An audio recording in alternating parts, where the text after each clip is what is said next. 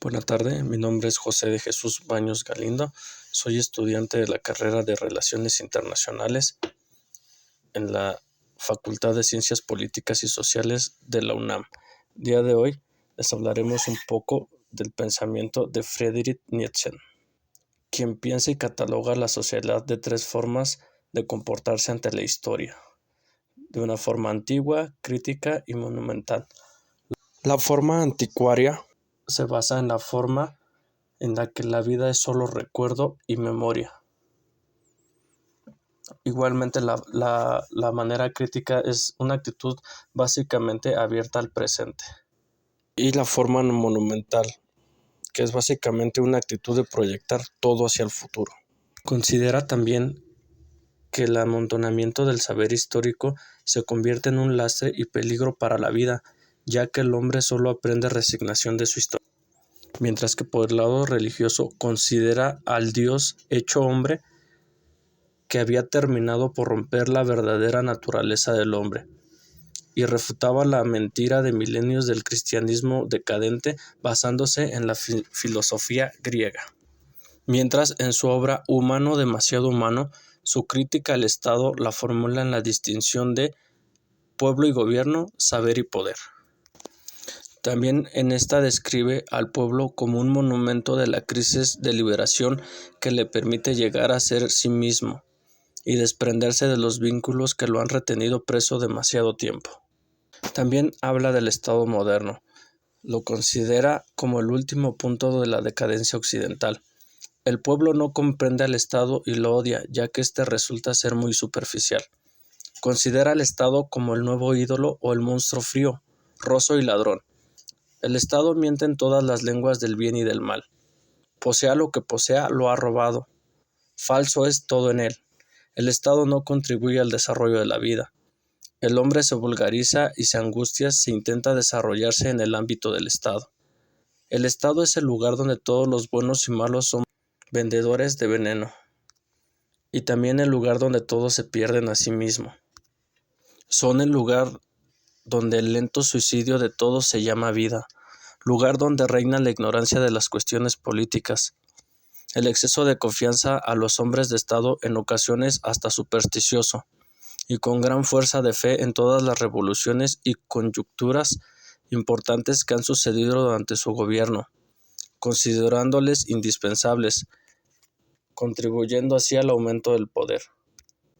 Por otro lado, la erosión gradual de las obligaciones de un individuo hacia la sociedad y los sentimientos egoístas dominan su sentido de obligación política. Los individuos idolatran de igual forma a su príncipe como a su Dios, ya que tradicionalmente se consideró a su poder político como representante del poder celestial. La separación de la sociedad en fuertes y débiles, poderosos y relegados. El Estado siempre ha procurado la conservación de la religión, ya que es funcional en el mantenimiento del orden.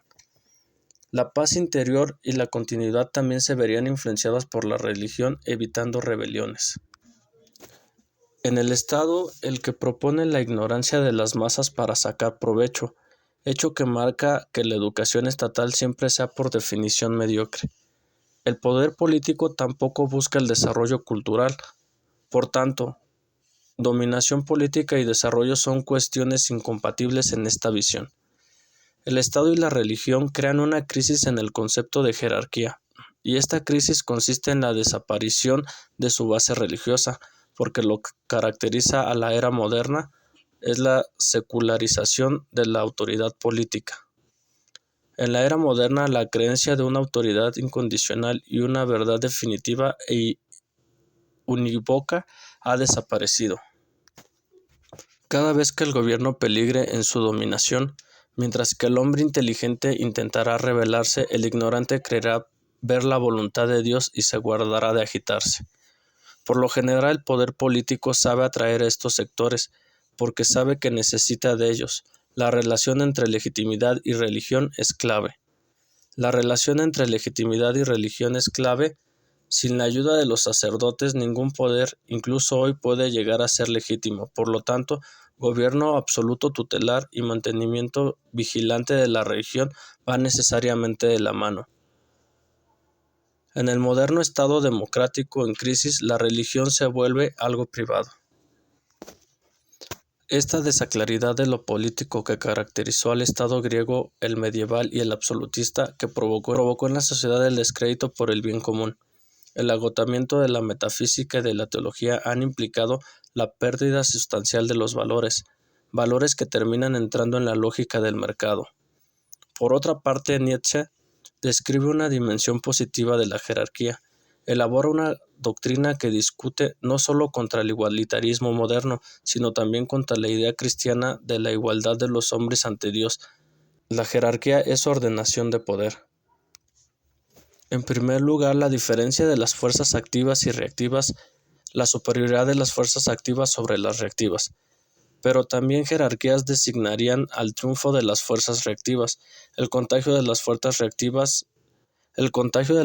reactivas y la organización compleja que viene detrás, donde los débiles han vencido, donde los fuertes son contaminados, donde el esclavo que no ha dejado de ser esclavo prevalece sobre un señor que no ha dejado de serlo.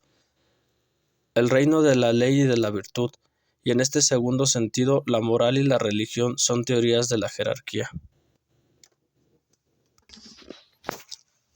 También está en contra de la democracia de masas y el derecho. La democracia moderna es la forma histórica de la decadencia del Estado. Esta decadencia no es negativa en todos los aspectos. Cuando el Estado no responda ya a la exigencia de estas fuerzas, no le sucederá el caos, sino una nueva forma política más apropiada a sus fines. Entiende que la democracia moderna se caracteriza por transformar todo en mercancía, porque lo lleva todo a un terreno mercantil. Así la dinámica del mercado termina filtrándose en la esfera política, una prueba más de la absolutización de lo privado en la modernidad.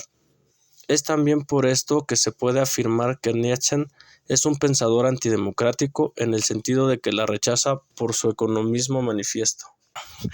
La crítica a la democracia de masas es también una crítica a la moderna cultura de masas.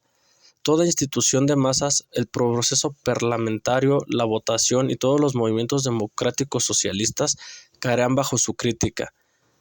En su Zaratustra, Nietzsche sostiene que el Estado democrático ha sido creado para las masas, ya que es para los ignorantes que ha sido inventado, y justamente son estas personas quienes se sienten atraídas por él como núcleos de la resistencia contra los grandes y por último como instrumentos de los grandes en todo lo demás, que a las masas se las lleve el diablo y la estadística.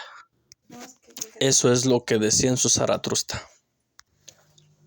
La crítica al Estado de Nietzsche se completa con ataques al andamiaje jurídico de este. El derecho no es más que otro engaño de la modernidad. Es parte del idealismo dominante en el horizonte del sentido occidental.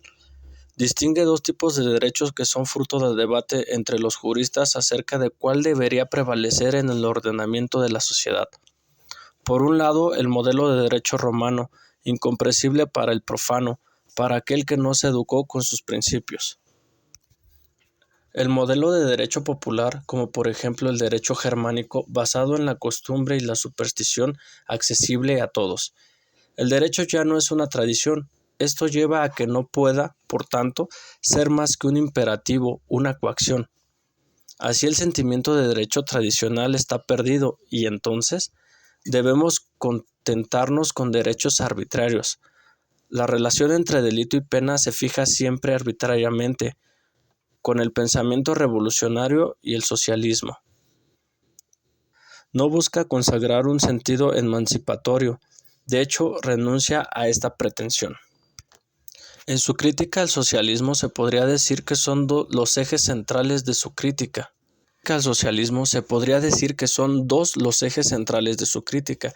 El primero consiste en identificarlo como heredero del Estado y del despotismo. El segundo, su crítica al igualitarismo, se pretende implantar en la sociedad. Con relación al primer eje, Nietzsche vincula al socialismo con el despotismo, sosteniendo que es su hermano menor cuyo legado quiere recoger. Cree que en el fondo todos los esfuerzos del socialismo son reaccionarios, porque priorizan al Estado sobre el individuo. al igual que el autoritarismo, pero incluso lo supera. Trabaja en el aniquilamiento formal del individuo. Nietzsche desconfía fuertemente del estatismo socialista. Asimismo, y en relación con la pretensión del socialismo de consagrar la igualdad entre las personas, recela de sus dirigentes y del alcance de su lucha. Cree que una concepción socialista solo es posible entre las clases poderosas, y en este caso se ejerce la justicia por medio de sacrificios y abdicaciones. En cambio, la igualdad de derechos entre las clases sometidas no es nunca la emanación de la justicia, sino la concupiscencia.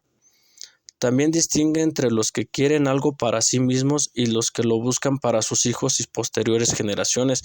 Al contrario de lo que podríamos imaginar, sostiene que son estos últimos los más peligrosos, dado que tienen la fe y la buena conciencia del desinterés. En cambio, a los primeros, los que solo buscan algo para sí, se les puede satisfacer fácilmente.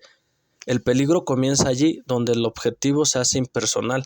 Este tipo de revolucionarios consideran a los conservadores como egoístas y de esa manera se sienten superiores a ellos. Finalmente, podríamos afirmar que mientras el primer eje de criticar al socialismo estaría dirigido principalmente al socialismo de Estado, el segundo eje es el de la crítica al igualitarismo. Podría extenderse también a un rechazo por las corrientes de corte anarquista, que si bien coinciden en el desprecio por toda forma de autoridad, tienen como objetivo la igualdad de los hombres en la sociedad. Muy bien, ahora hablaremos de la construcción de un Nietzsche nazi. Es cierto que no podemos inferir una afiliación automática entre el pensamiento de Nietzsche y el nazismo si leemos su obra completa.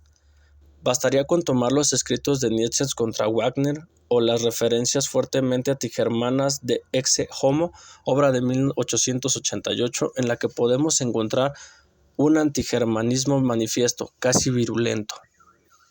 En los textos censurados por su hermana se puede percibir el gran odio a lo alemán. Como él citaba, yo me enorgullezco de pasar por el despreciador de los alemanes por excelencia. El recelo que me inspira el carácter alemán ya fue expresado por mí a la edad de 26 años y continúa. Los alemanes son para mí una cosa imposible. Cuando yo quiero imaginar una especie de hombres absolutamente contraria a todos mis instintos, lo que se presenta siempre en mi espíritu es un alemán. ¿Es entonces un error intentar introducir a Nietzsche en la política del momento? El presentarlo como glorificador de la violencia o del imperialismo alemán, o como el abanderado alemán en contra de los valores de la cultura mediterránea. Nietzsche no ha podido escapar al destino de los grandes filósofos de ser vulgarizados y tribalizados, y el hecho de que se haya abusado políticamente de él no es un argumento en contra suya, ya que no es posible demostrar que el nazismo se haya originado en una comprensión genuina de su auténtica filosofía. Nietzsche advierte también acerca de la peligrosidad del nacionalismo. En Humano, demasiado humano, afirma que es tan peligroso como lo fue el catolicismo artificial, ya que es por esencia un estado de coacción. Bueno, y así llegamos al final.